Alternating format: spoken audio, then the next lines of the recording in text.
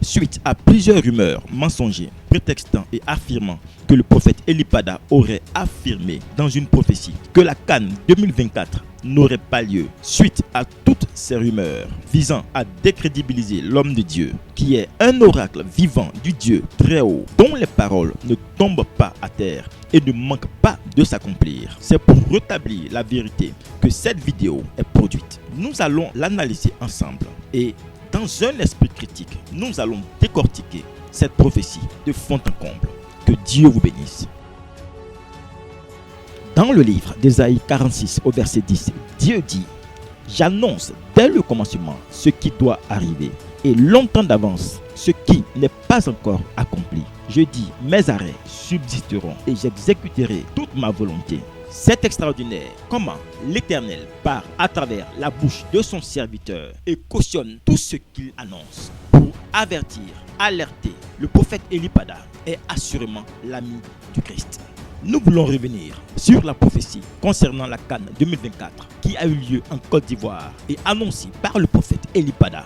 Depuis le mois d'avril, le prophète Elipada avait vu dans l'esprit cette CAN et toutes les surprises, les imprévus, les larmes, la déception qui allait être rattachée à cette CAN pour le peuple ivoirien. Mais le prophète, ne voulant pas enlever la saveur à cet événement de joie, a gardé l'aspect secret de la prophétie, mais a seulement dit aux Ivoiriens de prier pour la CAN.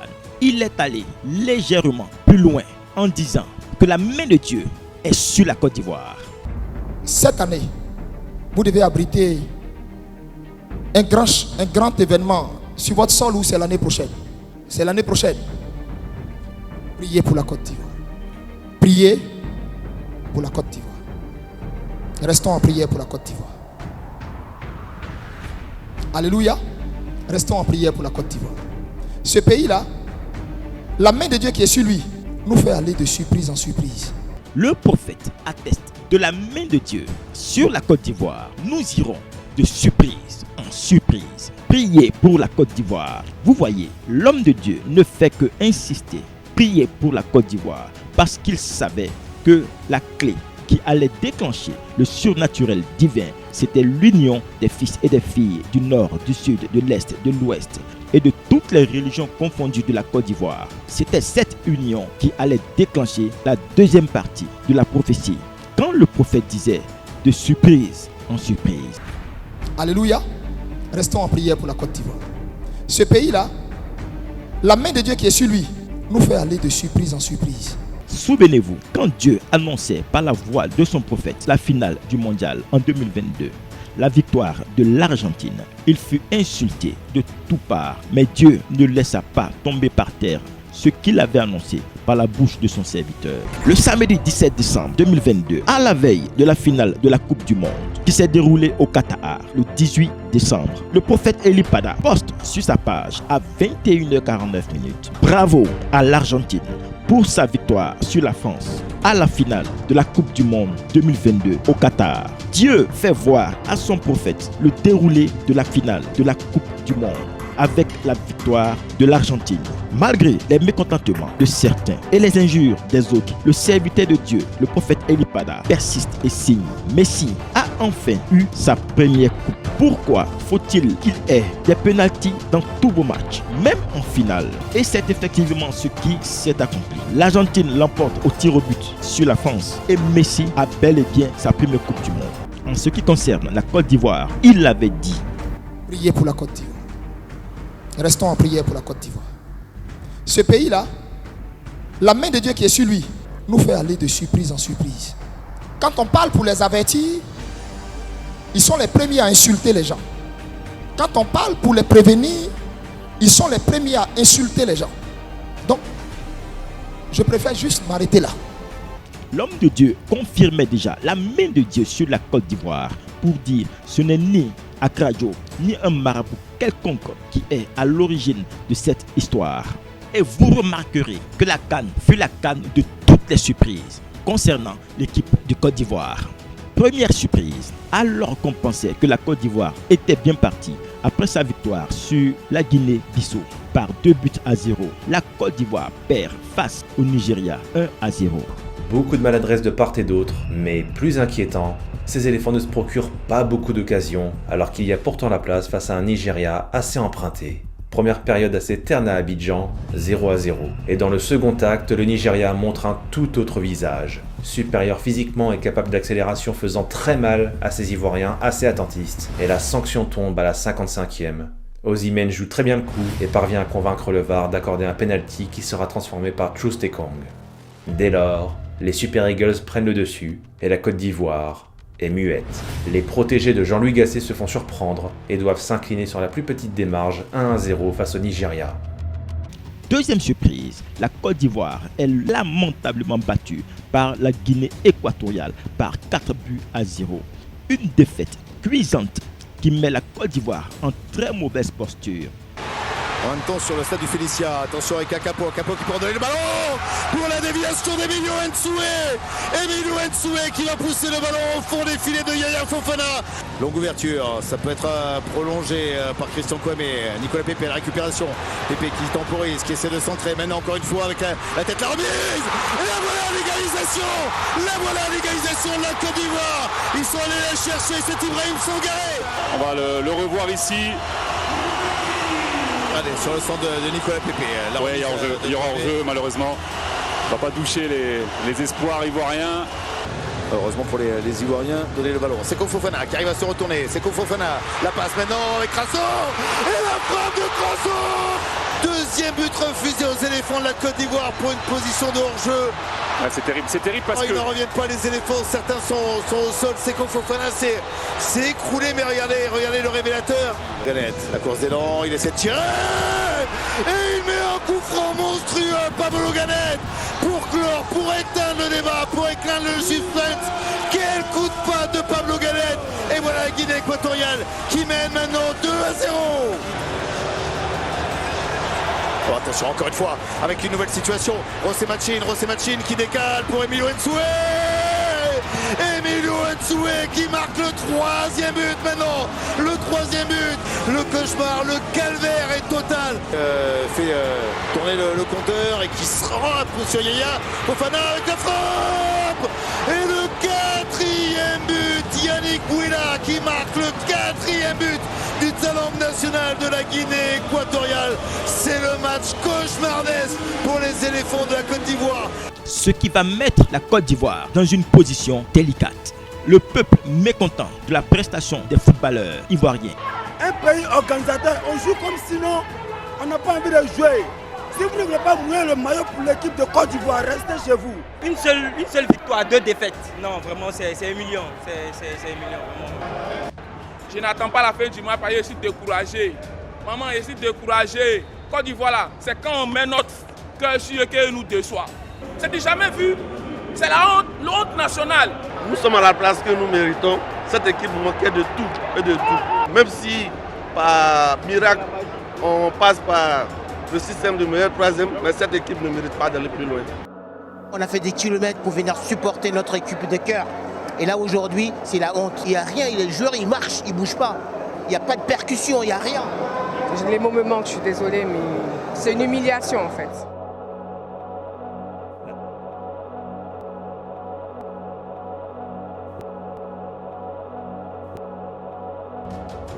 Le peuple mécontent entre dans une colère et s'ensuit des casses et des manifestations.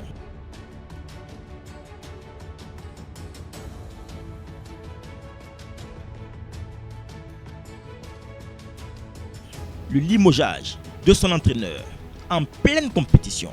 Après les casses, l'équipe ivoirienne reçoit un nouvel entraîneur, cette fois-ci ivoirien. Emers Faye prend les rênes, lui qui n'était pas préparé à cette tâche, alors que tout le monde voyait l'élimination de la Côte d'Ivoire. C'est le lieu de remarquer que jamais le prophète n'a donné une prophétie qui visait l'élimination de la Côte d'Ivoire, comme certains veulent le faire croire, pour salir le prophète Elipada. Il a juste dit. Alléluia. Restons en prière pour la Côte d'Ivoire. Ce pays-là, la main de Dieu qui est sur lui, nous fait aller de surprise en surprise. Surprise de taille, alors qu'on n'y croyait plus. La victoire du Maroc va remettre la Côte d'Ivoire sur les rails. Dieu entend les prières et les supplications des Ivoiriens, car il s'est tenu un homme qui avait vu la chose venir et avait compris que seule la prière pouvait remédier à ce fait-là.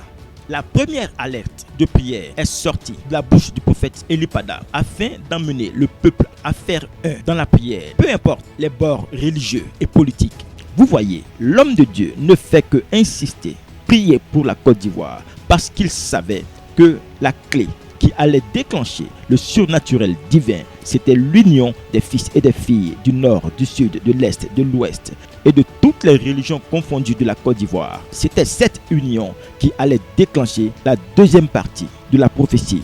Quand le prophète disait de surprise en surprise, l'homme de Dieu confirmait déjà la main de Dieu sur la Côte d'Ivoire pour dire ce n'est ni Akrajo ni un marabout quelconque qui est à l'origine de cette histoire. Observez bien le sourire du prophète en disant « Priez pour la Côte d'Ivoire ». Bien-aimé, on n'annonce pas une mauvaise nouvelle en souriant. Dieu avait révélé certes le parcours difficile des Ivoiriens, mais en même temps la récompense au bout de l'effort. Quatrième surprise, la Côte d'Ivoire face au tenant du titre, le Sénégal. Le Sénégal qui partait favori face aux Ivoiriens, de qui l'on n'espérait plus vraiment. Mais les doutes ne sont pas dissipés côté ivoirien. Après seulement 4 minutes, Habib Diallo ouvre le score pour le Sénégal. On pense alors que la soirée sera très longue pour les Ivoiriens, et en seconde période, les éléphants tentent de revenir. Car non, le Sénégal ne parvient toujours pas à tuer le match. Ces Ivoiriens se montrent beaucoup plus inspirés en cette fin de rencontre. Oui, malgré leur manque de réalisme, ils peuvent vraiment revenir. 81e minute de jeu, y a-t-il penalty? Ah oui, bien sûr, Edouard Mendy est très en retard et Franck Kessié égalise, 1-1 à la fin du temps réglementaire. La Côte d'Ivoire emmène le Sénégal en prolongation où rien ne sera marqué. Ce ticket pour les quarts de finale se jouera lors d'une séance de tir au but.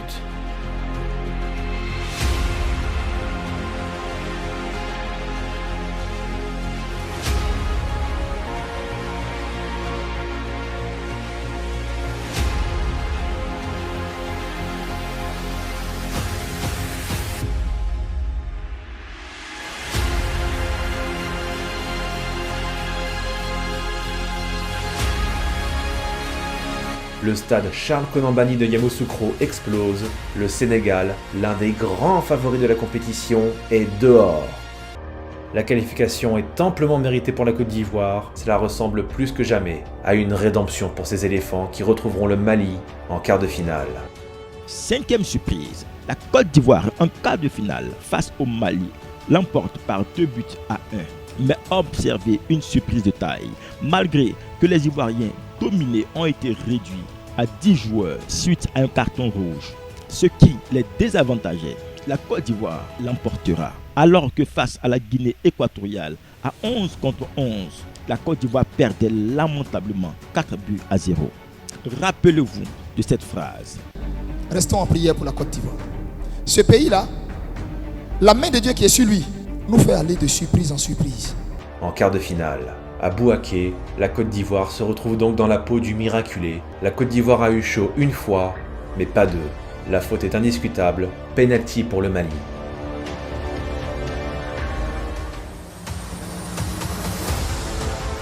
Oui, petit Yaya Fofana, quel arrêt! Mais les Maliens sont décidément tenaces et Koussounou n'échappe pas à l'épée de Damoclès. La Côte d'Ivoire finira ce quart de finale à 10. Et la douleur se fait de plus en plus pressante jusqu'à la 71e et ce missile des aigles maliens. Quel but! En infériorité numérique, les éléphants vont devoir prendre leur courage à deux mains. L'esprit de ténacité des Ivoiriens est admirable et à la 89e, il savait ce ballon, c'est qu'on fait la frappe de Seko et c'est devant. Ça t'appelle l'égalisation. Simon Intégra qui remet le pendule à l'heure à quelques secondes de la fin du temps réglementaire. La Côte d'Ivoire est là, la Côte d'Ivoire respire. Le miraculé qui tient et qui va chercher l'égalisation.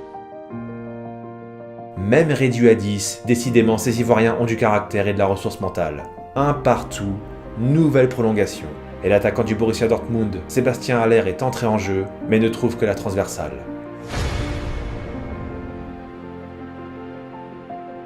Ouh, attention, car tout peut s'arrêter très vite.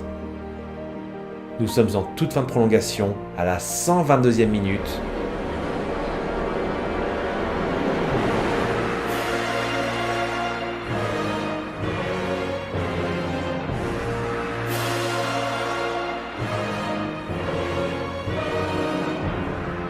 La Côte d'Ivoire poursuit son chemin de croix et on se met à penser que rien ne pourra plus jamais les stopper après tout ce qu'ils ont traversé. Rappelez-vous de cette phrase. Ce pays-là, la main de Dieu qui est sur lui, nous fait aller de surprise en surprise. La Côte d'Ivoire est maintenant en demi-finale face à la RDC. Un match âprement disputé qui verra la victoire de la Côte d'Ivoire grâce à un but de Sébastien Haller. Et en demi-finale, les éléphants retrouveront la très surprenante République démocratique du Congo, et cette fois, la partie sera fermée et bien sûr, très tendue. Néanmoins, on sent qu'au fil du match, ces éléphants sont en train de monter en puissance. Cette équipe semble transformée, métamorphosée par rapport au premier tour, car maintenant, le doute a quitté ce groupe, et la libération viendra du revenant Sébastien Haller. On en restera là, 1-0. On n'arrête plus la Côte d'Ivoire qui se qualifie donc pour sa finale de la CAN. Quel incroyable parcours! Et ils vont retrouver une des nations qui les avait battus au premier tour, le Nigeria. Après un début de compétition difficile, les Ivoiriens se qualifient pour la finale et remportent cette finale à la stupéfaction générale. Dimanche 11 février 2024, ces Ivoiriens ne cessent d'agresser l'adversaire comme jamais, et le Nigeria, qui a décidé de rester très bas lors de cette finale, va pourtant marquer contre le cours du jeu.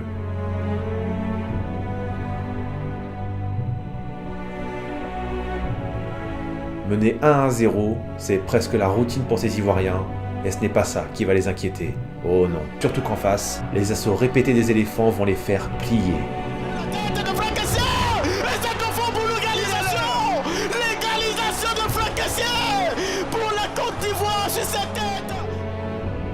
Simon Adenga qui va s'emmener ce ballon, le centre de Simon Adenga. Mais pour la Côte d'Ivoire, c'est qui? Sébastien Haller qui va détourner ce ballon dans le petit filet que Stanley Nwabali a battu encore une fois. Souvenez-vous, un prophète avait dit: ce pays-là, la main de Dieu qui est sur lui, nous fait aller de surprise en surprise. La prestation de l'équipe de Côte d'Ivoire n'avait rien de normal, que des surprises jusqu'à la victoire finale. Oh, c'est terminé! C'est terminé! La Côte d'Ivoire est sacrée championne d'Afrique pour la 3e fois de son histoire. Le miracle ivoirien s'est produit ce soir à Ebimpe. Une équipe ressuscitée. Emers Faé et Guy Demel à la tête de cette sélection ivoirienne. L'on est vers le Graal, le sacré Saint Graal, en soulevant dans quelques instants ce trophée, la 3e Coupe d'Afrique des Nations de l'histoire du football ivoirien. Il s'est trouvé un prophète authentique, une voix autorisée et avisée. Un homme pointu dans le prophétique avait longtemps dit de prier pour notre CAN et que la main de Dieu sur la Côte d'Ivoire allait nous faire partir de surprise en surprise pour dire que seul Dieu allait nous permettre de faire des exploits. Les Ivoiriens l'ont compris. Nous voulons dire encore une fois de plus, bravo aux organisateurs de cette CAN. Félicitations à l'équipe nationale de Côte d'Ivoire. Vive Jésus-Christ!